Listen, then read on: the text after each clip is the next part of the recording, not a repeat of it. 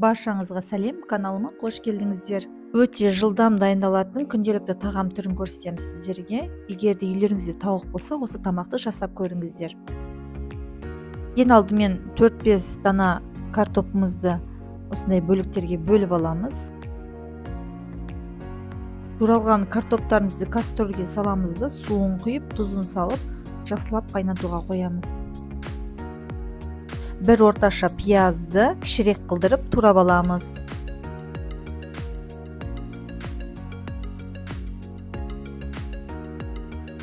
Пиязымызды қазанға салып жақсылап қуырамыз. Үсі сарғылт болған кезде үстінен тауық етін қосамыз да араластырамыз жақсылап.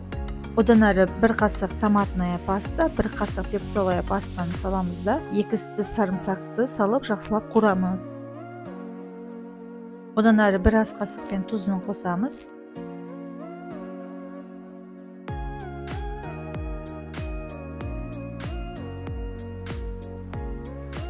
Жарты қызыл және жарты жасыл болгар бұрыштарын осылай 4 бұрыштылеп тураймыз да, тауықтың үстіне салып бірге қуырамыз.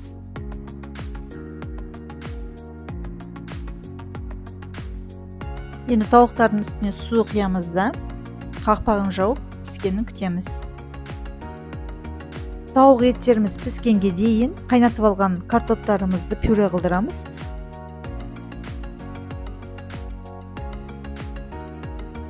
Ол үшін бір ас қасық сары май және жарты стақан сүт қосып, жақсылап еземіз.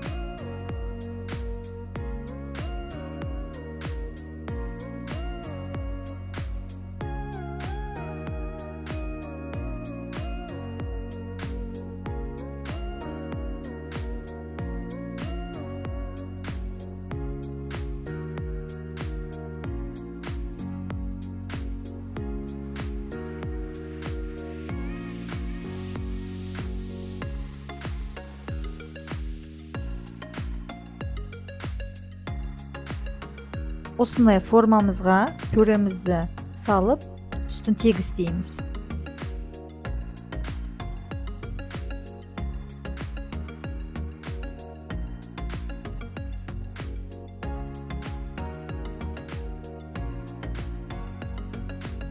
Енді тауық етімізге дәмдеуіштерді қосамыз.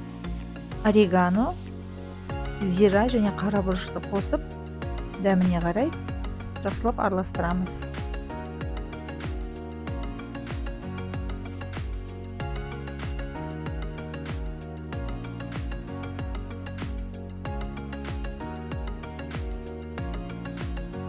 Енді сырымызды теркадан өткізіп аламыз. Шамамен 1,5 стақан сыр шығуы керек.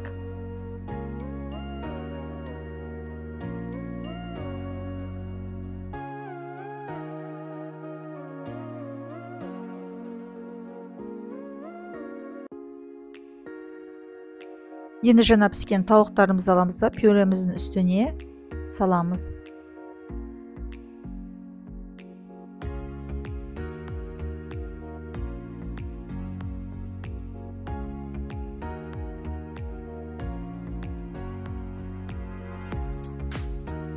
Артынан теркадан өткізген сырымызды үстінен саламыз.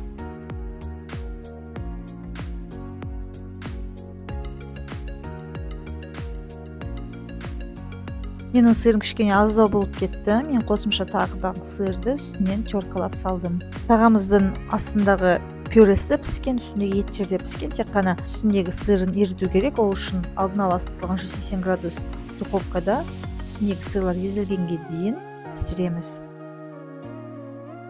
Мінекей тез әрі жылдам дайындалатын тағамыз дайын болды. Сіздерге ас болсын.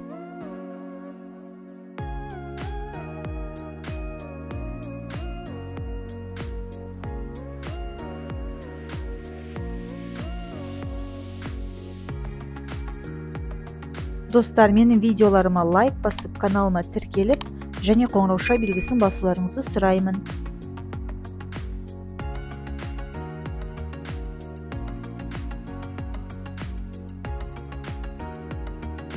Көріскенше.